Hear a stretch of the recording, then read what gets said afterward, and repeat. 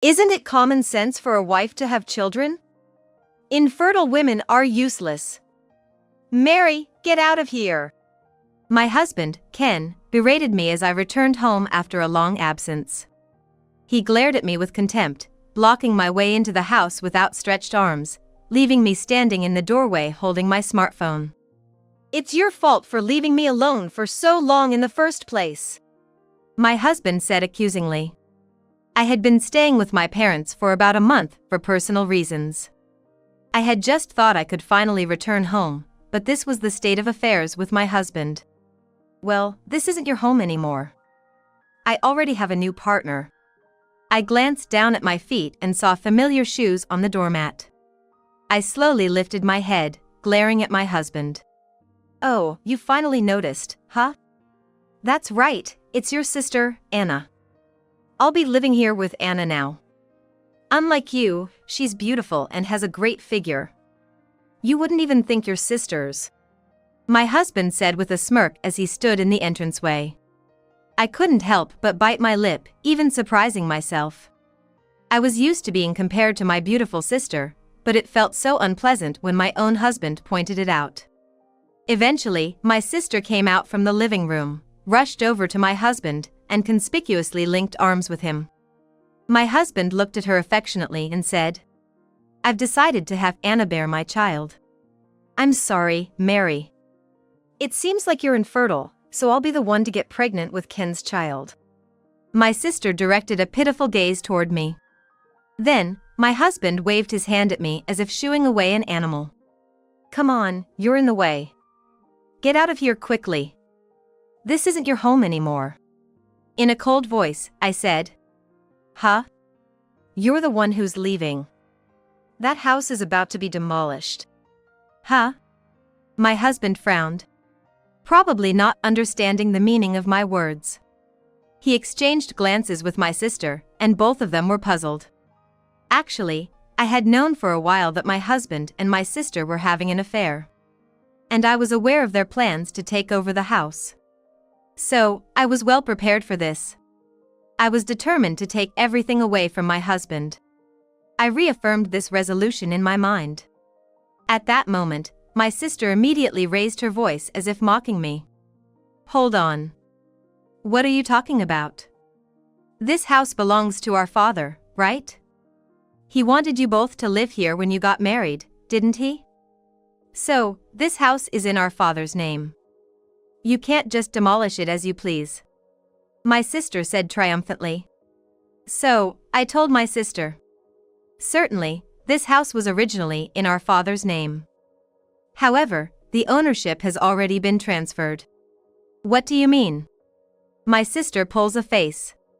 But the next moment she blew up and said, Manami, I'm not going to play that hand.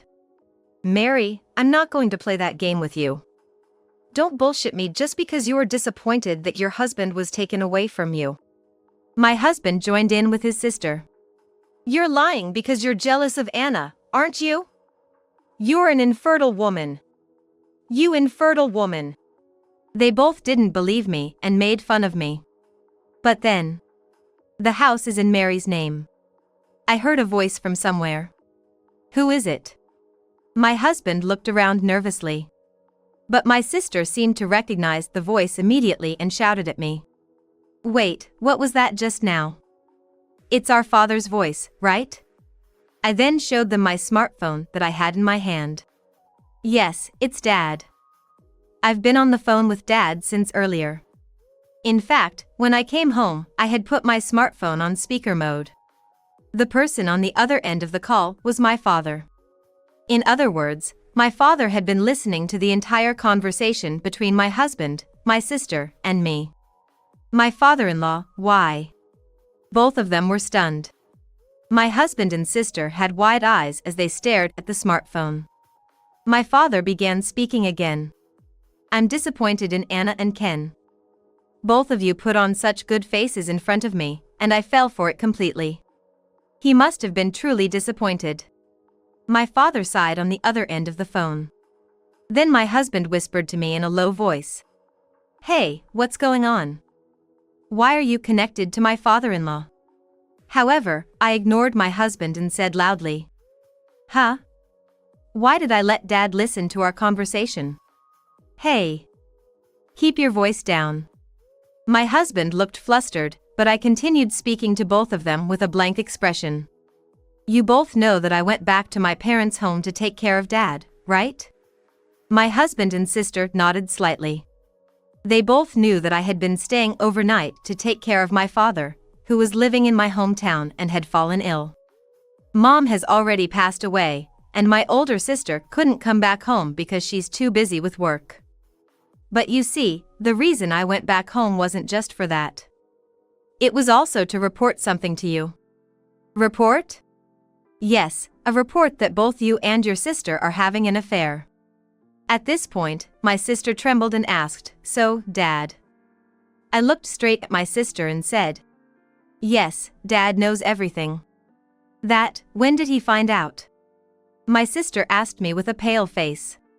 So I said, "Long before today," and proceeded to tell them the circumstances that led me to discover the affair.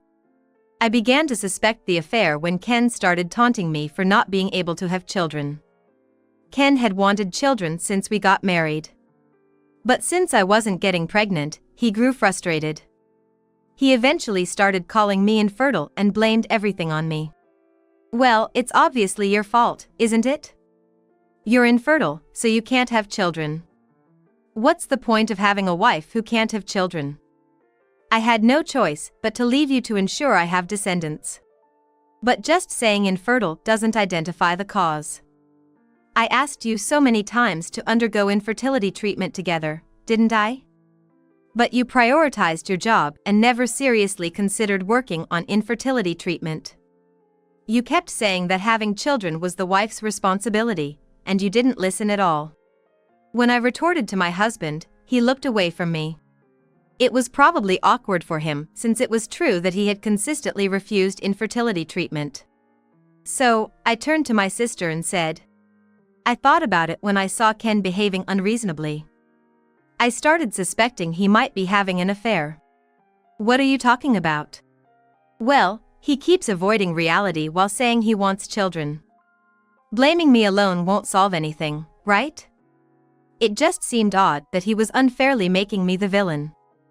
And that's when I found out that at the same time, my dear sister was secretly in contact with Ken." "How did you find out?" "One night, Ken came home drunk and left his smartphone on the table before passing out.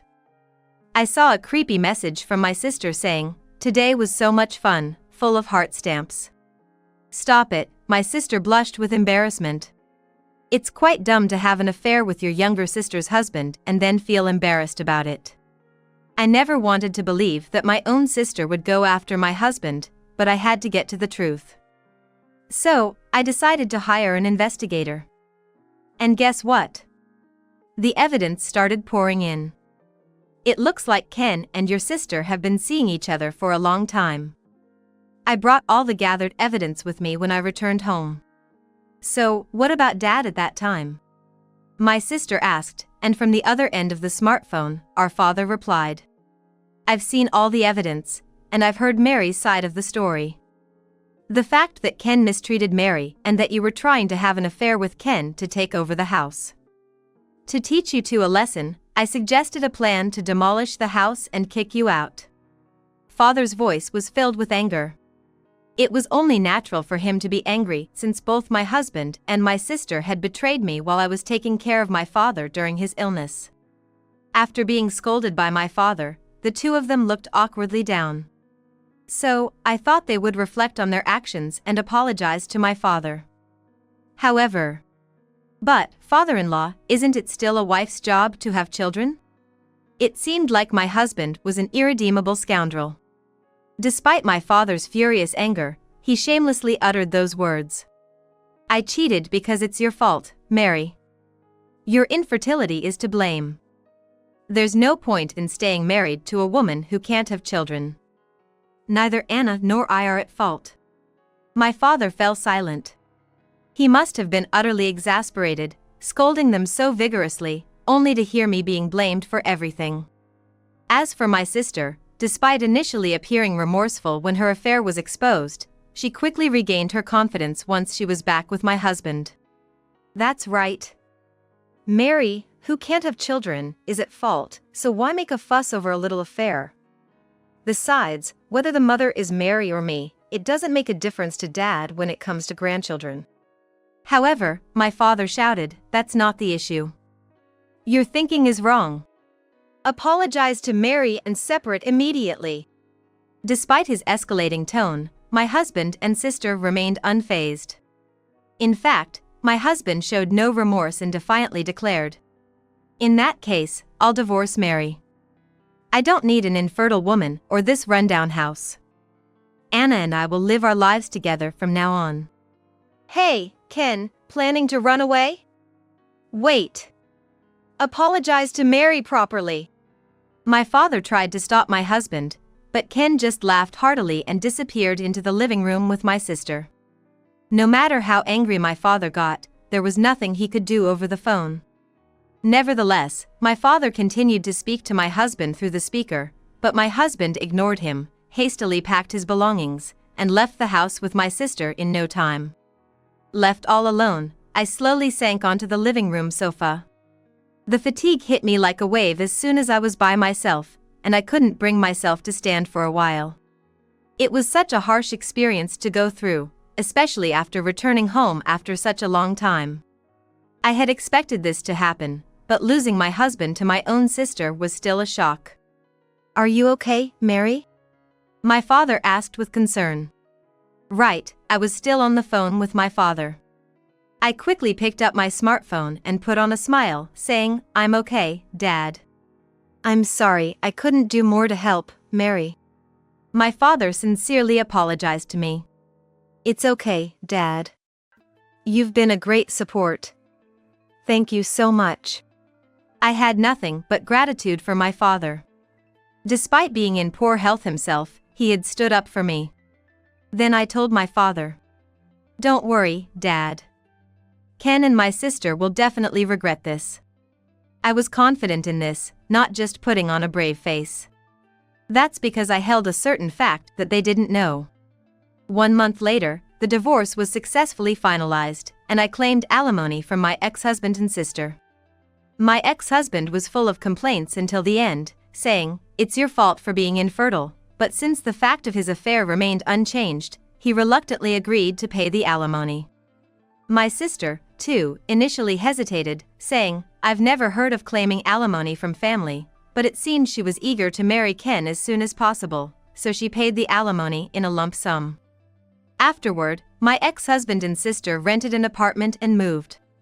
The house they rented seemed too spacious for just the two of them, but it appeared they chose a property with many rooms, perhaps in anticipation of having children soon.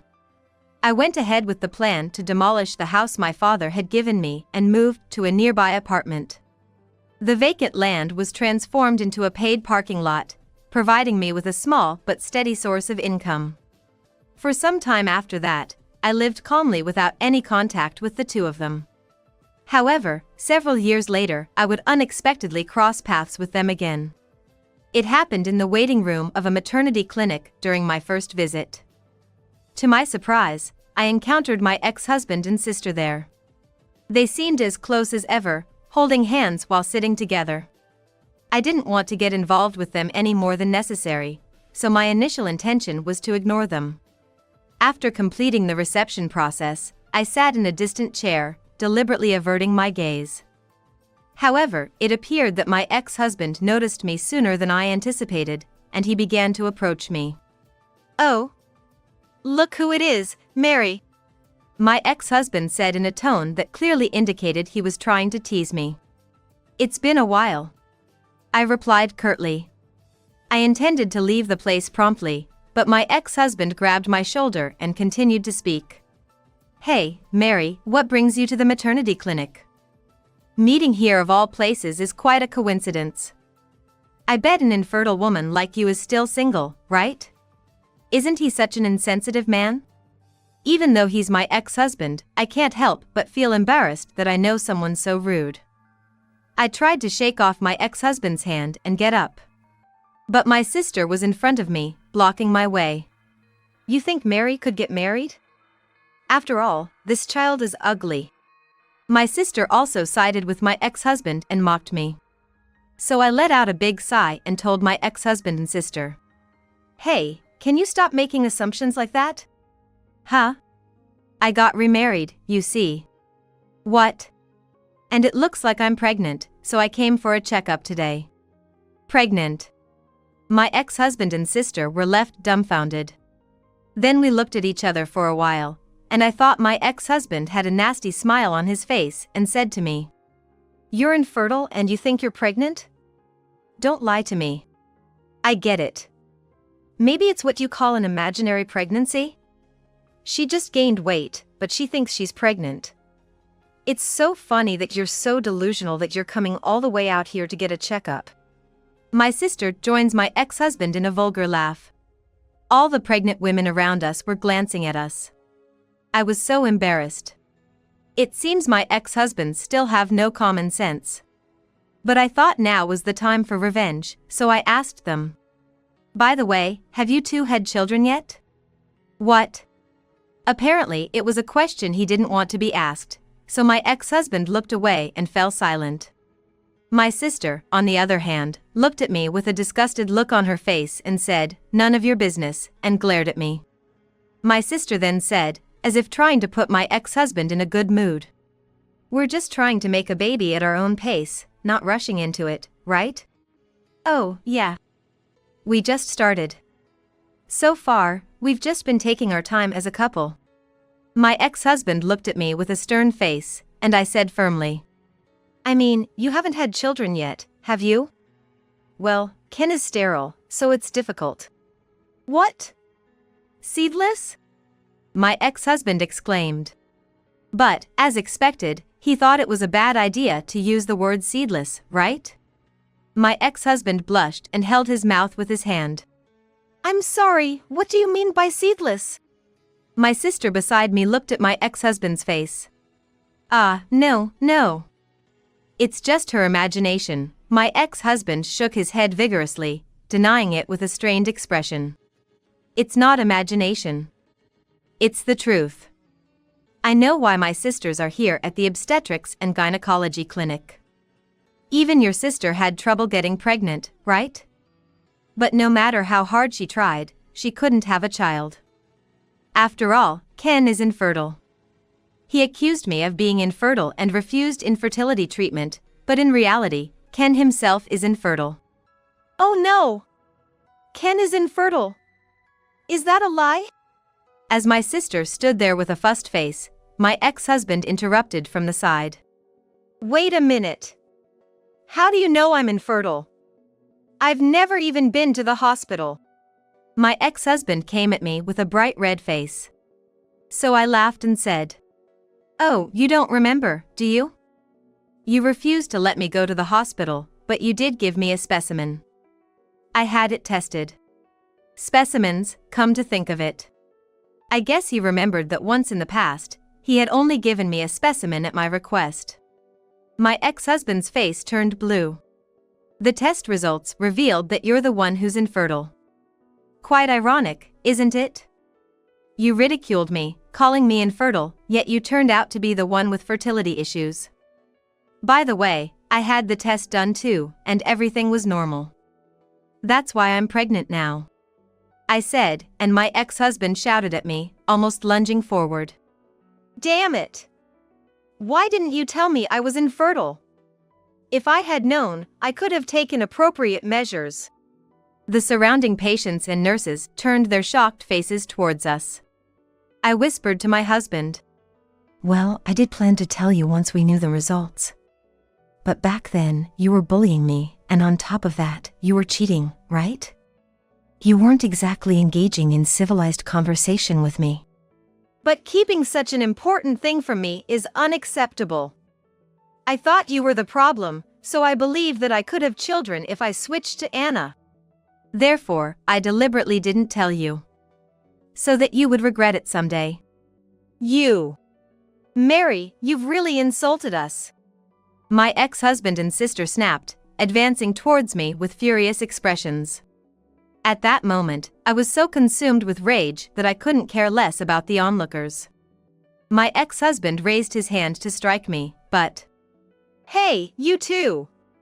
How about you calm down? A man stepped in front of me, restraining my ex-husband's hand.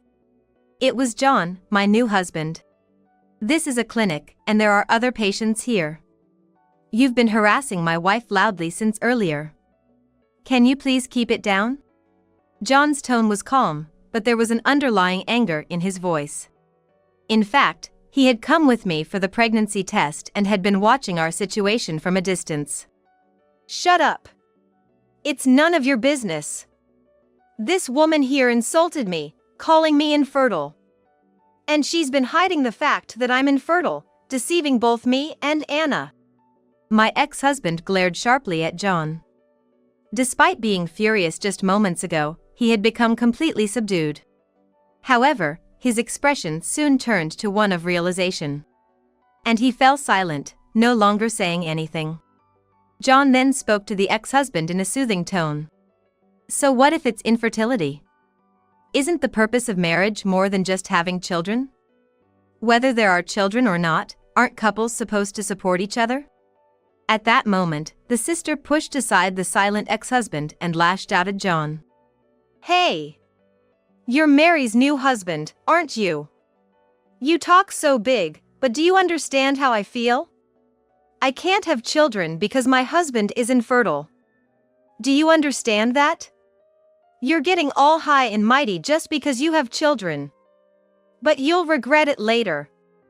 Children born from an ugly woman like Mary will definitely be ugly too. Both of you can go to hell. It seemed that the sister was infuriated upon learning about the ex-husband's infertility. She grabbed John by the collar, tears welling up in her eyes as she hurled insults. However, Anna, stop it. For some reason, my ex-husband turned pale, desperately trying to restrain his sister. Why? Why should I leave this disrespectful guy alone? He's insulting us. I won't be satisfied until he gets what he deserves. Despite her resistance, the ex-husband managed to separate her from John, pleading with her with a desperate expression, "It's enough already." I was left bewildered by the unfolding chaos before me. But eventually, the ex-husband forcibly dragged his sister out of the waiting room and hurriedly left, as if fleeing from something. Later, the mystery was solved when I heard from John, the man I remarried. In fact, he runs a company, and her ex-husband worked for a business partner of his company. Moreover, her ex-husband's company has been performing poorly for several years. If he was to cut off business with the company, its survival would have been in jeopardy, so it is not surprising that the ex-husband became impatient. The reason he suddenly became quiet at the obstetrician's office was to protect the company and himself. However, John showed no mercy to my ex-husband, who had treated me so badly. He went to my ex-husband's company and tried to report to the president about what he had done. There, however, John learned a surprising fact. According to the company president, my ex-husband had been repeatedly late for work and had a poor work attitude, and was already considered a problem at the company. Furthermore, it was revealed that he had been having an affair, and as expected, my ex-husband was transferred to a new position. His salary has been drastically reduced, and even at the new location, there are bad rumors and people look at him with a cold shoulder. And my sister and my ex-husband, who at first was so excited that they were going to have a baby, are now constantly quarreling with each other. It was no wonder, since it had become clear that my ex-husband was infertile, they could not have children, and their relationship had reached its lowest point. Having paid alimony to me, both of us had very little savings and were forced to live in poverty. They said that even if they wanted to leave each other because neither of them had any money, they couldn't, and they were living in a constant state of bickering. This finally made my ex-husband and my sister regret their decision. Rumor has it that the ex-husband has told people around him that he should have taken better care of Mary, but it is too late for him to feel remorse now. I hope the scum will stay with each other until the end. On the other hand, unlike my ex-husband, John takes very good care of me. I am so glad I married him because he seems to get along with my father and we are close enough to go out for drinks together. My first marriage was a disaster. But thanks to that, I met the man I married again. We have a beautiful baby now and I'm so happy.